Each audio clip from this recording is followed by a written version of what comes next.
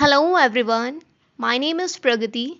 Welcome to my channel. This is my first video.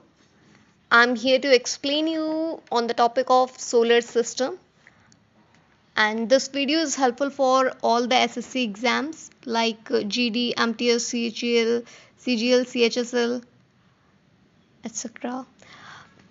Okay, so let's start the topic, that is solar system यानी सौरमंडल। हमारा सूरज सौर मंडल के बीचों बीच है। 8 ग्रह और लाखों छोटे छोटे एस्ट्रॉइड्स या क्षुद्र ग्रह लगातार इस सूरज के चक्कर लगाते हैं। अब मैं आपको बताती हूँ कि सोलर सिस्टम कैसे बना था। इसकी बहुत सारी थ्योरीज हैं, पर जो एक्सेप्टेड है वो है बिग बैंग थ्योरी।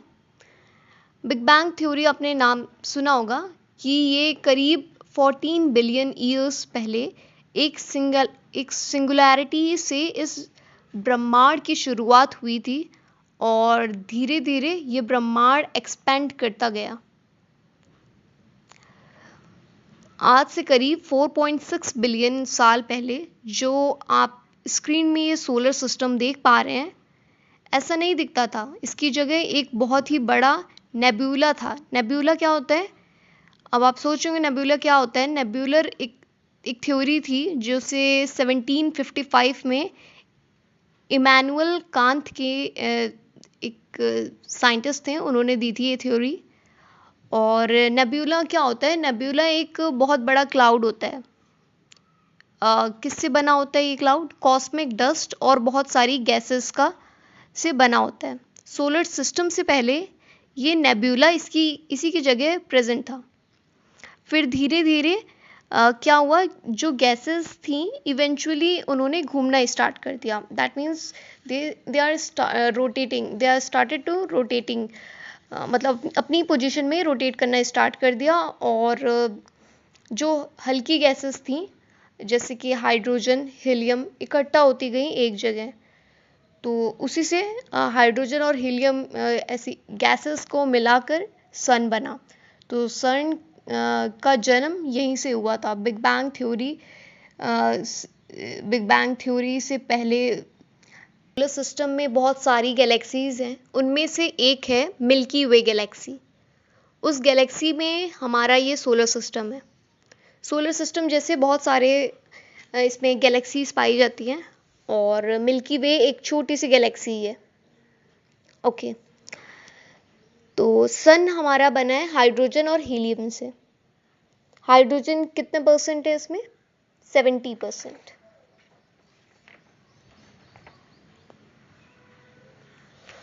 ओके, अब मैं आपको प्लैनेट्स के बारे में बताती हूँ। सोलर सिस्टम में यही था कि बेसिकली आपको कुछ फैक्ट्स याद करने पड़ेंगे, कुछ छोटी डेफिनेशन याद करनी पड़ेगी, जैसे कि सोलर सिस्टम में क्या इंक्लूड होता है, क्या क्या आता है। जैसे एस्ट्रॉइड, सैटेलाइट, प्लैनेट्स, इन सबको मिला के सोलर सिस्टम बनता है। गैलेक्सीज क्या होती हैं? ग्रुप ऑफ स्टार मिलकर क्या बनते हैं। और यूनिवर्स किसे बोलते हैं? यूनिवर्स बोलते हैं celestial body plus space plus energy, that is called Cosmos और यूनिवर्स। और अवर ओन गैलेक्सी, हम जिस गैलेक्सी में है उसी से बोलते हैं मिल्की वे गैलेक्सी, जो आप स्क्रीन पे देख पा रहे होंगे। और अब मैं आपको प्लैनेट्स डिस्क्राइब करती हूँ। प्लैनेट्स आपको पता होगा, Mercury, Venus, Earth, Mars, Jupiter, Saturn, Uranus, Neptune. पहले प्लूटो भी था बट वो 2006 में हट गया। तो मैं आपको बताती हूँ एक एक डिस्कस करके। 8 प्लैनेट्स होते हैं जो कि 2 पार्ट्स में डिवाइड होते हैं 4 करके। मैं आपको दिखाती हूँ स्क्रीन पे। ये 4 इधर 4 इधर, Mercury, Venus, Earth, Mars, Jupiter, Saturn, Uranus, Neptune. इन 4 प्लैनेट्स को बोलते हैं टेरेस्ट्रियल प्लैनेट्स और इन 4 प्लैनेट्स को बोलते हैं जोवियन प्लैनेट्स। जोवियन और आउटर प्लैनेट्स, और ये टेरेस्ट्रियल और इनर प्लैनेट्स। टेरेस्ट्रियल प्लैनेट्स क्यों बोला गया है इनको? क्योंकि ये रॉकी होते हैं, high density, smaller in size comparison to Jovian planets. They are gases and high density, larger in size, so that's why it's called Jovian planets, and this is called uh, terrestrial or inner planets. तो ये difference यही है इसमें कि ये rock के होते हैं, हाई डेंसिटी होती है, स्मॉलर इन साइज होते हैं, ये गैसेस से बने होते हैं और लार्जर इन साइज होते हैं। ओके, ये था डिफरेंस टेरेस्ट्रियल और जोवियन प्लैनेट्स। इसमें एग्जाम में आपको इस टाइप के आ जाएंगे कि इनमें से नाम दे दिया जाएगा किसी भी प्लैनेट को, पूछा जाएगा कि ये जोवियन है कि टेरेस्ट्रियल है, या इनमें से ऐसा कौन है कि चार दे दिया जाएंगे, चार प्लैनेट्स, और पूछा जाएगा कि इनमें से जोवियन प्लैनेट कौन सा नहीं है। तो ये आपको पता होना चाहिए कि ये मार्स तक ये टेरेस्ट्रियल होते हैं, ये जोवियन होते हैं। जोवियन को हम ये आउटर प्लैनेट भी बोलते हैं, इनको इनर प्लैनेट भी बोलते हैं। ये पास में होते हैं इसलिए इनर प्लैनेट्स, ये आउटर इसलिए।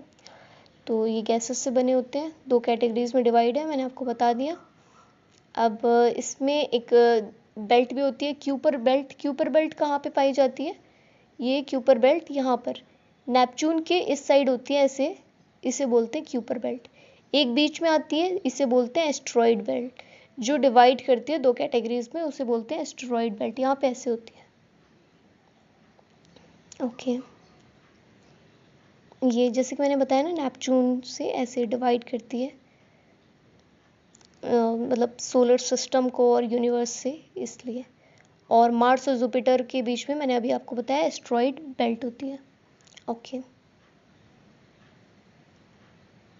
करेक्टरिस्टिक्स क्या है? मैंने आपको जो बताया वही है कि रॉकी सरफेस सॉलिड होती है, इनमें रिंग्स नहीं होती टेरेस्ट्रियल में। टेरेस्ट्रियल और जिसे हम इनर प्लैनेट्स भी बोलते हैं, इसमें मून्स कम होते हैं, रिलेटिवली स्मॉल सैटेलाइट्स पाई जाती हैं इसमें। और जोवियन प्लैनेट्स में क्या होता है, इसके करेक्टरिस्टिक्स क्या होते हैं?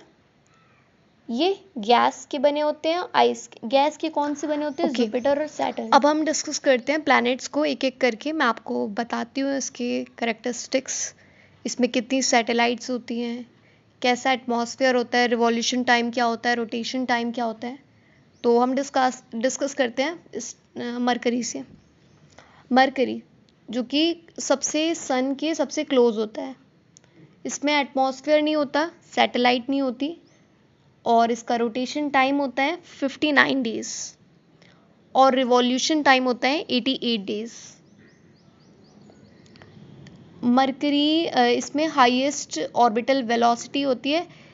एक चीज़ है, एक पॉइंट जो इसे आप याद रख सकते हैं, जैसे कि मरकरी और वीनस एक दो ऐसे प्लैनेट होते हैं जिसमें नो सैटेलाइट नो मून पाया जाता है, तो इसे आप याद रख सकते हैं। और मरकरी में इतने इम्पॉर्टेंट पॉइंट्स हैं कि smallest closest to sun, highest orbital velocity, no satellite no moons. अब हम वीनस के बारे में डिस्कस करते हैं। वीनस क्या होता है? ब्राइटेस्ट हॉटेस्ट प्लैनेट, और इसके कई नाम होते हैं, जैसे कि ट्विन सिस्टर, मॉर्निंग स्टार और इवनिंग स्टार भी बोला जाता है इसको।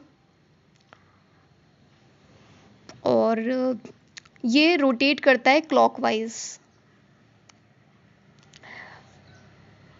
और इसमें हम बोल सकते हैं कि सबसे ज़्यादा hottest, brightest, evening star, morning star, इसमें और क्या है इसमें कि CO2 पाया जाता है इसमें 95%।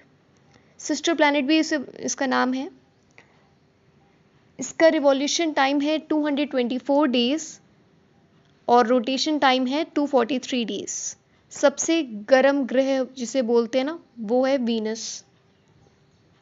तो इसके इम्पोर्टेंट पॉइंट्स थे कि इसके कई नाम होते हैं, जैसे morning star, evening star, sister planet, twin sister, CO2 present होता है 95%, रोटेशन टाइम 243, रिवॉल्यूशन 224 डेज। ठीक है, ये भी एक ऐसा प्लैनेट है जिसमें no satellite no moon. Mercury और वीनस ऐसे हैं जिसमें नो सैटेलाइट नो मून पाया जाता है।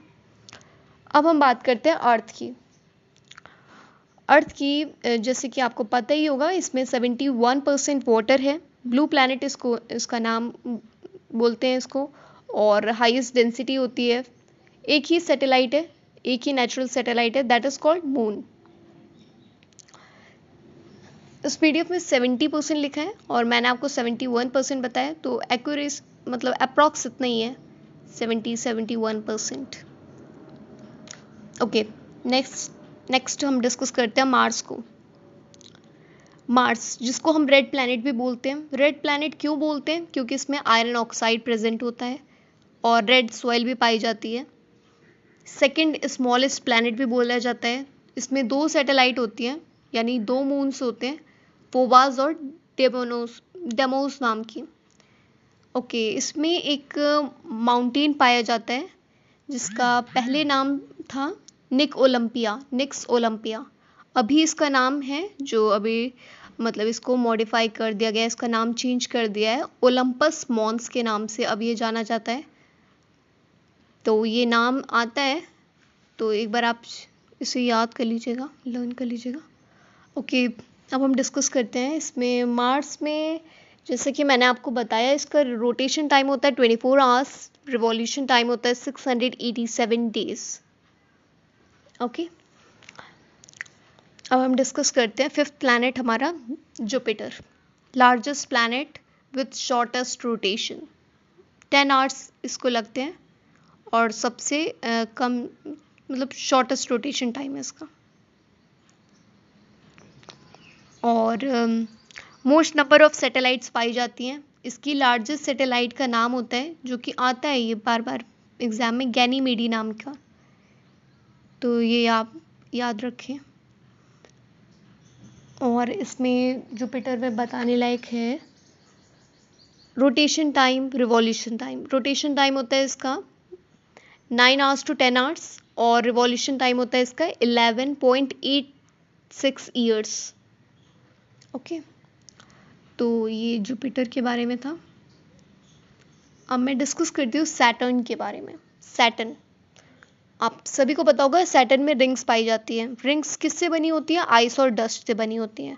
रिंग्स किसने डिस्कवर की? हाइजेंस नाम के एस्ट्रोनॉमर और साइंटिस्ट जिसे बोला जा सकता है। Space between rings is called casino.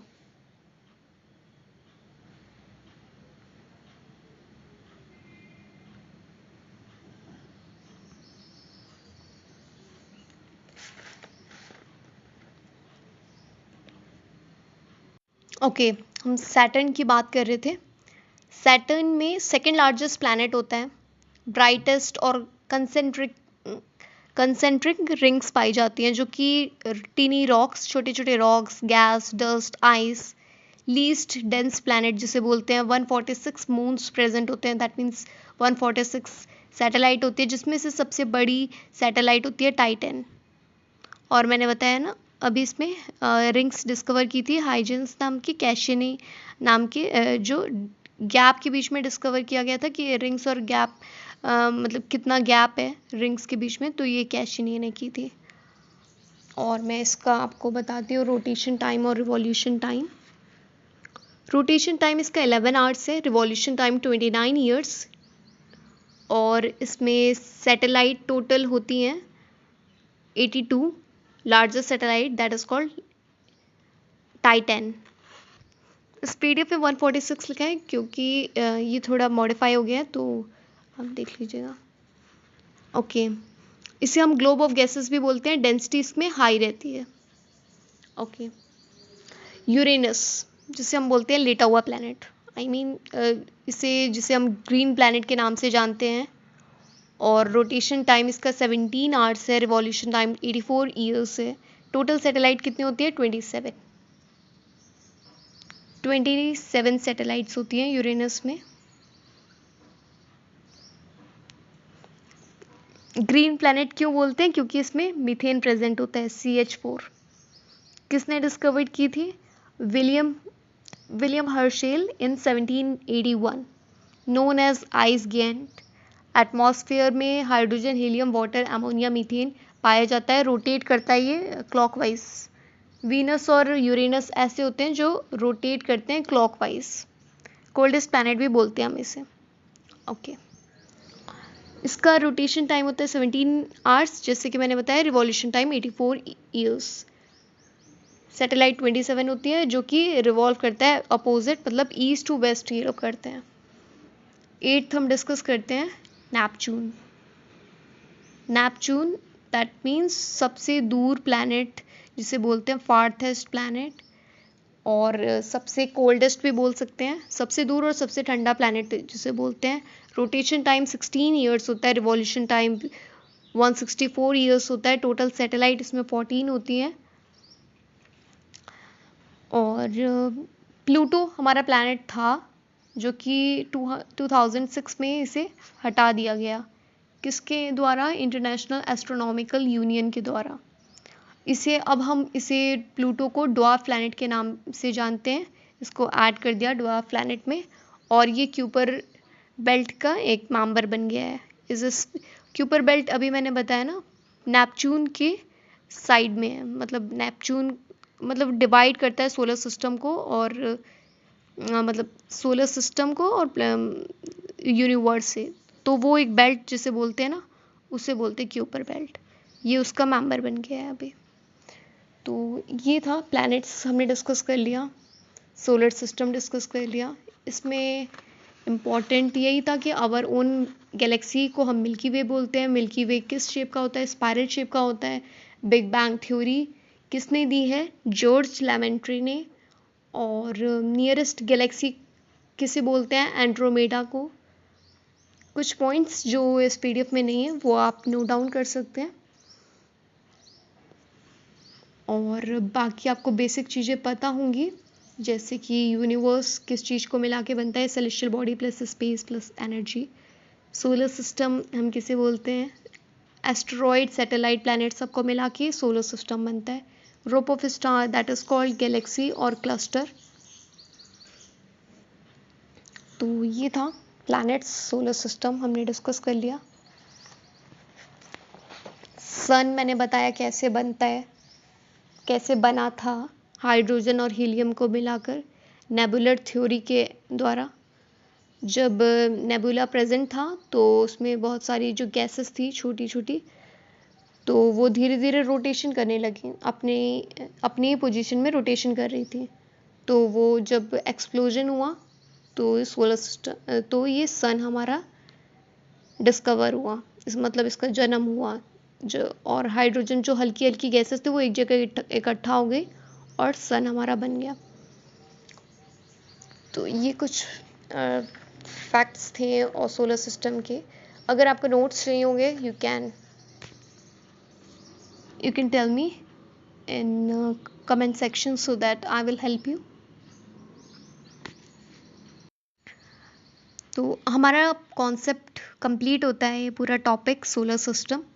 कोई इशू आएगा आप मुझे बताइएगा कमेंट सेक्शन में। और I understand that I might not be a great teacher, but I strongly believe that our generation has more potential. Honestly, apart from all of this, I have a very deep interest in sharing the knowledge, so this video is definitely gonna be helpful for you guys. If you support me on this video, I will try to complete all the SSC GS topics in an efficiently and effectively manner. So please like, share and subscribe as much as possible. और बाकी मैं try करूँगी कि आपके जल्दी जल्दी मैं सारे टॉपिक्स कंप्लीट करवा सकूँ बिफोर एग्ज़ाम। और what can I say to you guys? Yeah, that's it from my end. Thank you so much.